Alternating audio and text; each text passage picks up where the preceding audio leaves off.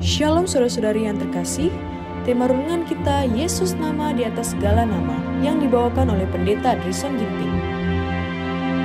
Shalom saudaraku, renungan kita hari ini Senin 29 April 2024 dengan judul Pusat Daya Tarik yang Agung. Ayatnya di dalam Yohanes 12 ayat 32. Dan aku, apabila aku ditinggikan dari bumi, aku akan menarik semua orang datang kepadaku. Pekabaran malaikat ketiga menyerukan penyajian sabat hukum keempat, dan kebenaran ini harus dibawa ke hadapan dunia. Tetapi pusat daya tarik yang agung, Yesus Kristus, tidak boleh diabaikan dari pekabaran malaikat ketiga. Oleh banyak orang yang telah terlibat dalam pekerjaan untuk masa kini, Kristus telah dijadikan nomor 2 dan teori serta argumen menempati tempat pertama.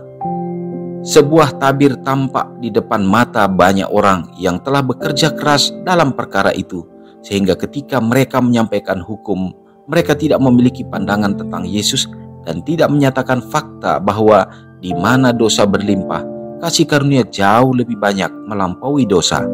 Di salib Kalvarilah belas kasihan dan kebenaran bertemu bersama, di mana keadilan dan damai saling bercium-ciuman. Orang berdosa harus selalu melihat ke salib Golgota, dan dengan iman sederhana seperti seorang anak kecil, dia harus bersandar kepada jasa Kristus, menerima kebenarannya, dan percaya pada belas kasihannya. Para pekerja dalam pekerjaan kebenaran harus menampilkan kebenaran Kristus, bukan sebagai terang baru, tetapi sebagai terang berharga yang untuk sementara waktu telah hilang dari pandangan orang-orang. Kita harus menerima Kristus sebagai juru selamat pribadi kita, dan Dia memperhitungkan kepada kita kebenaran Allah di dalam Kristus. Mari kita ulangi dan menonjolkan kebenaran yang digambarkan oleh Yohanes. Inilah kasih itu, bukan kita yang telah mengasihi Allah, tapi Allah yang telah mengasihi kita dan telah mengutus anaknya sebagai pendamaian bagi dosa-dosa kita. 1 Yohanes 4 ayat 10. Di dalam kasih Allah telah dibukakan nadi kebenaran yang paling berharga, dan harta karun kasih karunia Kristus dibukakan di hadapan gereja dan dunia. Karena begitu besar kasih Allah akan dunia ini, sehingga Ia telah mengaruniakan anaknya yang tunggal. Yohanes 3 ayat 16. Kasih yang luar biasa ini, kasih yang luar biasa dan tak terselami, yang menyebabkan Kristus mati bagi kita ketika kita masih berdosa. Betapa ruginya jiwa yang memahami tuntutan hukum yang kuat, namun gagal memahami kasih karunia Kristus yang jauh lebih limpah. Adalah benar bahwa hukum Allah mengungkapkan kasih Allah ketika diberitakan sebagai kebenaran di dalam Yesus, karena pemberian Kristus kepada dunia yang bersalah ini harus mengambil porsi yang besar dari pembahasan dalam setiap percakapan. Tidaklah heran jika hati belum luluh oleh kebenaran ketika kebenaran itu disajikan dengan cara yang dingin dan tidak hidup. Renungkan lebih dalam. Apa artinya membagikan kebenaran Alkitabiah sebagaimana adanya di dalam Yesus? Saudara yang kekasih dalam nama Tuhan, kita mendapatkan poin yang penting dalam pelajaran kita, dalam perenungan kita hari ini. Tuhan katakan bahwa jikalau Yesus ditinggikan di atas bumi ini, maka Ia akan menarik semua orang datang kepadanya. Meninggikan dalam arti bahwa mengangkat Dia dan juga mengikuti Dia, mengagungkan Dia dengan cara melihat kebenaran-kebenaran yang Dia lakukan. Kita mengikuti Yesus Kristus bukan hanya melihat kesengsaraan, tetapi melihat bagaimana kebenaran firman Allah yang Dia turuti dalam kehidupannya, dan itu juga harus kita teladani.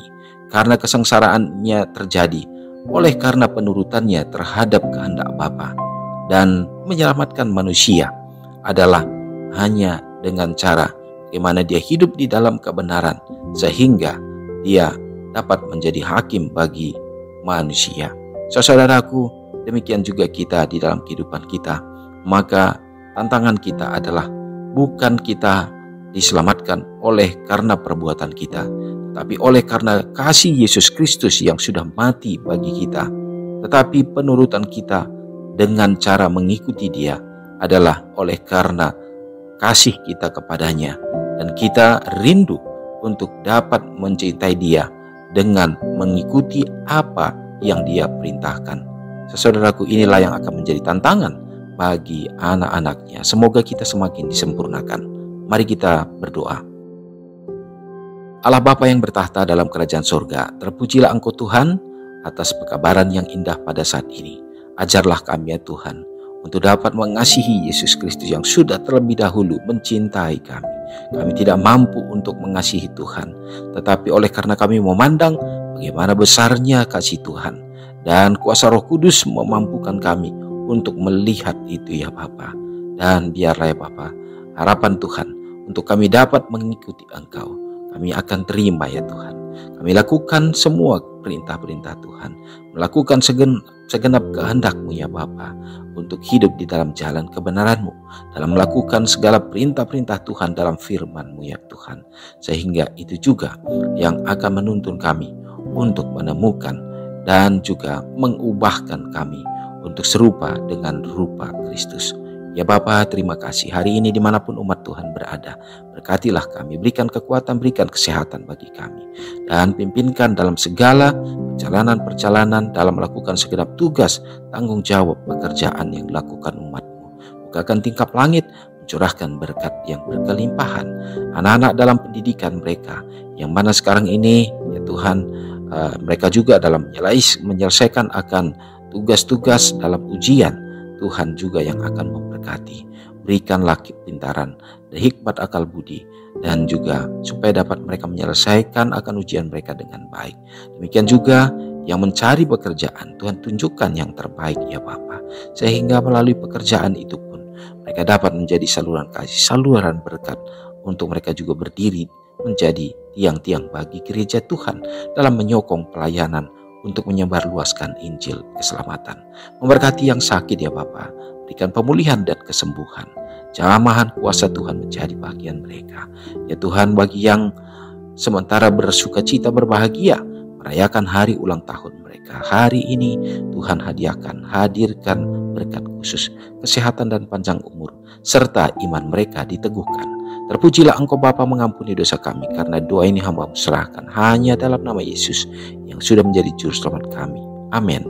Shalom saudaraku, selamat pagi, selamat beraktivitas, Tuhan Yesus memberkati. Ingatlah Matius 5 ayat 13-16. Biarlah kamu menjadi garam yang mengasinkan dan terang yang menyinari kehidupan orang lain. Jangan lupa subscribe, like, dan share ke seluruh dunia.